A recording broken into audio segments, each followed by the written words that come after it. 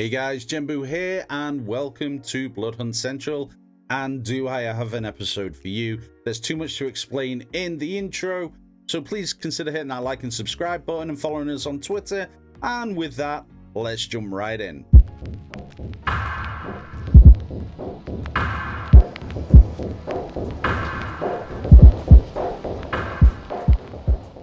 So last night we had the Bloodhunt community stream, and just let me say there is a lot of information to go through, and I'm going to try and cut this down into manageable chunks for you, and we'll take it from there.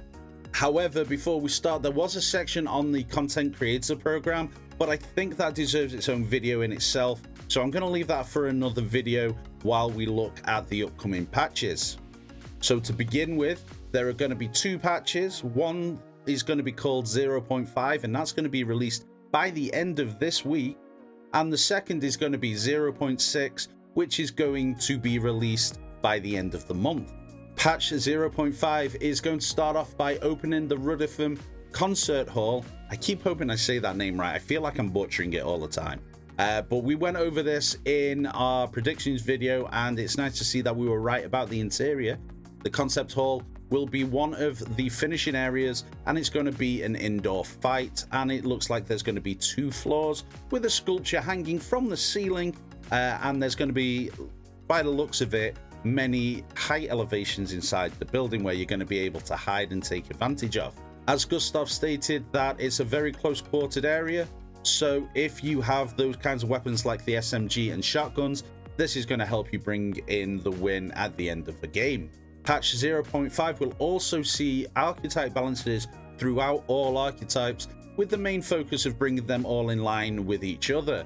Shark Mob, by their own admission, said that the Prowler came out a little hot and needed to be brought back in line, so be prepared for it to be hit by the nerf bat. While other archetypes like the Saboteur and the Siren will also see changes, with the Saboteur's passive ability being quicker to go invisible, and the Siren's blinding beauty starting to become working as intended, as this should have been like a flashbang that totally disorientates you, but with players looking at the configs for better performance, kind of diminished that ability because it took away its effectiveness. Along with the archetype balancing, they are looking at the weapons as well, with improvements to the dual crossbow. This looks like it's going to get a bigger magazine, and the main focus of the nerf bat being the crossbow. We can all agree it's a little overpowered at the moment, and we're going to see some changes to it, and they managed to share some numbers that they were going to change to. So the initial gas damage is going to go from 20 down to 4, the headshot multiplier is going to go from 2 times to 1.75 times, and the area of effect is going to go from 4.5 meters down to 4 meters. Let's see if these changes are going to work well with it. What do you think? Is it a welcome change, or do you think it's going to completely destroy the crossbow as a viable weapon? Please put your comments in the section below. I think we should expect adjustments throughout the board when it comes to weapons, as they're also looking at the melee weapons as well. They're looking at adjusting the hitboxes for your characters when using melee weapons, as when people were using melee weapons, they weren't getting hits when they thought they should have been. So hopefully this will bring everything in line with better hitboxes, so that you don't have to just jump to make somebody miss you when the animation looks like it's hit you. The entity in group play is also going to be looked at as they scale up with the number of players that are in the game, which has led some matches to have a lot of entity in them. In my experiences, areas like the Harbour and Skybar have always had large numbers of entities in small areas, and now they're also changing the loot that the entities' lockboxes drop. Instead of having blue, purple, and gold, there are now only going to drop purple and gold, just to make it more rewarding to be able to fight the entity. While we're on the subject of rewards, there are going to be new quests and challenges that are Halloween themed in the patch. We saw these from the trailer video that they did with new cosmetics, and the skins look absolutely awesome. We'll break these down in another video, but 0.5 will bring us some updated narratives and quests to keep you occupied once you finish the battle pass. A nice optional feature that was brought into the game was an auto climb feature, which will mean that as you approach a wall, you will automatically climb it, allowing you to be able to look around. This will help with controllers, as players will be able to scout the locations around them as they climb, and it also ties into one of the bug fixes that they're bringing in for the ledge jump. When you climb to the top of the building and you jump off the ledge, this is now hopefully going to be fixed with this as well. It's completely optional and can be turned off in the settings, but it is going to help controller players as well as PC players who like to have a look around and trying to keep focused on the area around them. The final things that were noted for 0.5 was the weapons drop bug is hopefully going to be fixed in this patch. If not in this patch, definitely in 0.6. If you haven't had the bug, it's when you pick an item up and you're reloading, you'll drop one of your weapons, which can really get you, especially if you've got one of the golden weapons. Hopefully this fix will work and it will stop that from happening. And lastly, they're implementing the performance icons, which we've gone over in a previous video, but this will work alongside the PTE environment in determining issues that players are getting when they are submitting their bug reports to SharkMob. I'm sure there's going to be more bug fixes in the patch, but that's all they really covered in the live stream, and it seems that it's a lot of map and balancing in this patch. But when we get the patch notes, we'll do a video going over that to see what is coming in the short term. 0.6 is named as a bonus patch, and this will look to drop by the end of the month and will focus on additional quests to further expand the lore and narrative.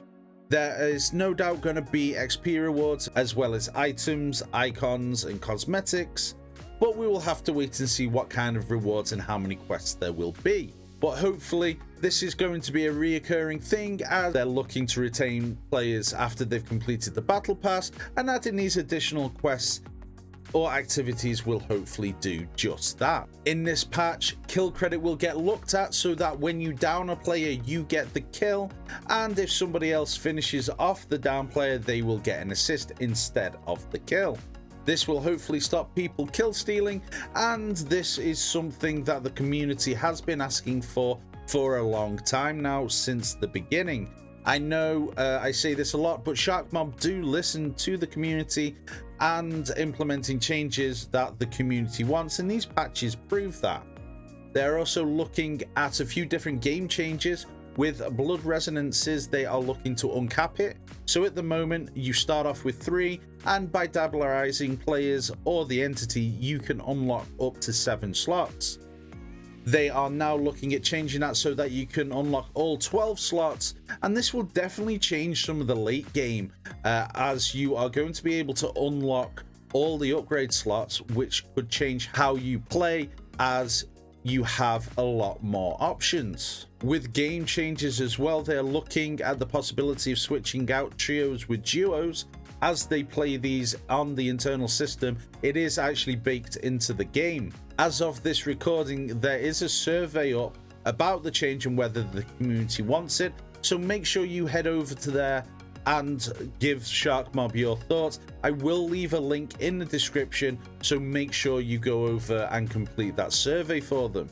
There isn't the player base at the moment to support all the queues as solos, duos and trios, so that's why they're gauging the interest to see whether that we want to swap trios out for duos or have them on like a schedule, so a week of trios or a week of duos or vice versa, a couple of days here and there. What do you think? Put your comments in the section below. I would love to hear your thoughts about this, and I also like discussing whether duos would be better than trios. TTK, or time to kill, is also being looked at, as they believe that the average player should be able to get kills more often. There's a lot of data now that they have to look at, and we should expect some tweaks and changes here and there, but I'm happy for them to do so as long as they keep being as transparent as they have been with all these current changes. The TTK will change now, especially as of patch 0.6, as when the kills will go to the downer instead of the finisher off, and we may see solo players shying away from killing people that have been downed, as it won't affect their kill count. But again, there's going to be a lot more information and data for them to look at, so we'll see what actually comes from it. But again, what are your thoughts on this? A big welcome change for me is looking at the spectator mode in trios. By their own admission, it is bare bones at the moment, and they're looking for us to be able to open the map and also ping around the map while we are dead. They're also putting a notification that will hopefully stop people leaving the game prematurely, as they don't know about the revive system. On the player tiles, if you are a deceased player, you will get a notification to say that you have died and that you are able to be revived by your teammate that is still alive. So please stick around and wait for that revive, and vice versa. If the living player is running around, you will have on your name tile a thing to say please revive, or words to that effect, so that you actually know there is revive areas to be able to revive your comrades. I would love to have the ability to be able to ping the closest res spot, so that it's easier on the player that is still alive, making them not have to open a map and everything like that, so that it can get them to the res spot faster and get us back into the game quicker. But I think it'll be nice to see how they do this. I just know that I'm personally looking forward to it. And the final few bits that they have said, the consumable wheel is going to be looked at so that each item is in the same place in each map. So for example, up is the blood bag, right is the armor, left is the blood syringe, and this will stay through all your games. As well as the VFX for the loot piles throughout Prague, the ones that are on the roofs and the floors, they're getting looked at so that if the area is looted, the blue VFX will disappear so that you don't have to go there unnecessarily. Or if you are shy of a weapon, you'll be able to go and pick some up. This is exactly like the vans and the buildings. Their blue glow vanishes once they've been looted. Really, they should be able to do that for the loots on the ground as well. So these two patches kick off the roadmap that Shark Mob have provided for the near future, with the next step being the Ventru. They're working on these as we speak, and they dropped us a nice bit of concept art looking at the art direction that they're taking with them. They do have a clean look, and if I could get that waistcoat as an outfit, I'd be very happy, but there is no time frame for this. However, they have called next section of the roadmap Season 1, so this is me putting my tinfoil hat on here, that it could mean that it could come in with the next battle pass. As of recording, the next battle pass, or the Founders Battle Pass, finishes in 56 days. If they were to bring in another battle pass, or at least another act, that's when I would bring it in and potentially introduce the Ventru as the name of that next battle pass. There wasn't really much information other than the concept art, but it was nice to see what they're doing with it, and again, we're looking forward to it coming out in the future.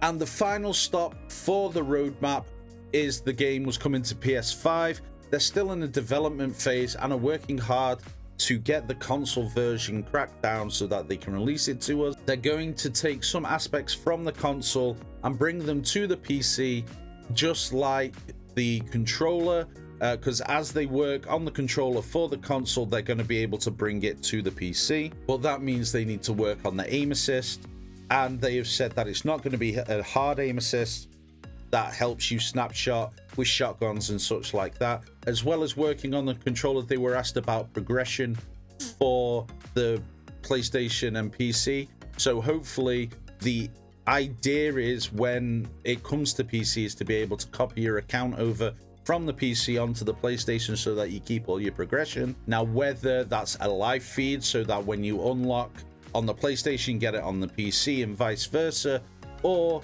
whether it's like what other games do, like Warframe or games like that, where it's an initial launch on the PlayStation and you get the chance to do a copy of your current PC version and port that over to the PlayStation. Time will tell on this, but in my eyes it's probably going to be the latter, as it's a lot easier, and we'll just have to wait to see what we are getting. While this was it for both the patches and the roadmap, they did answer quite a few questions at the end of the stream.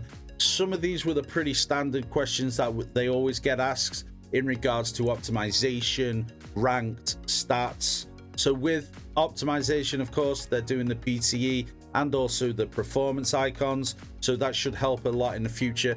And also with ranked and stats, these are being looked at as well. They have noted that a lot of people are asking for this, and you know their history so far. They do take into account what the community was and slips things into the roadmaps whenever they can. So if we can get those numbers up, or the number of players up, then we could potentially get more queues and more game modes in the actual future. Speaking of game modes, again, they said that it is a possibility in the future, but only time will tell. They need to be able to get the game working as a whole and getting that player base up again, so that they have enough leeway to play with the different queues. They were also asked about if the game was coming to any other consoles, and David Serlin confirmed that for the foreseeable future that they were working on the PC and the PS5 in their exclusiveness, but in the future only time will tell. Who knows,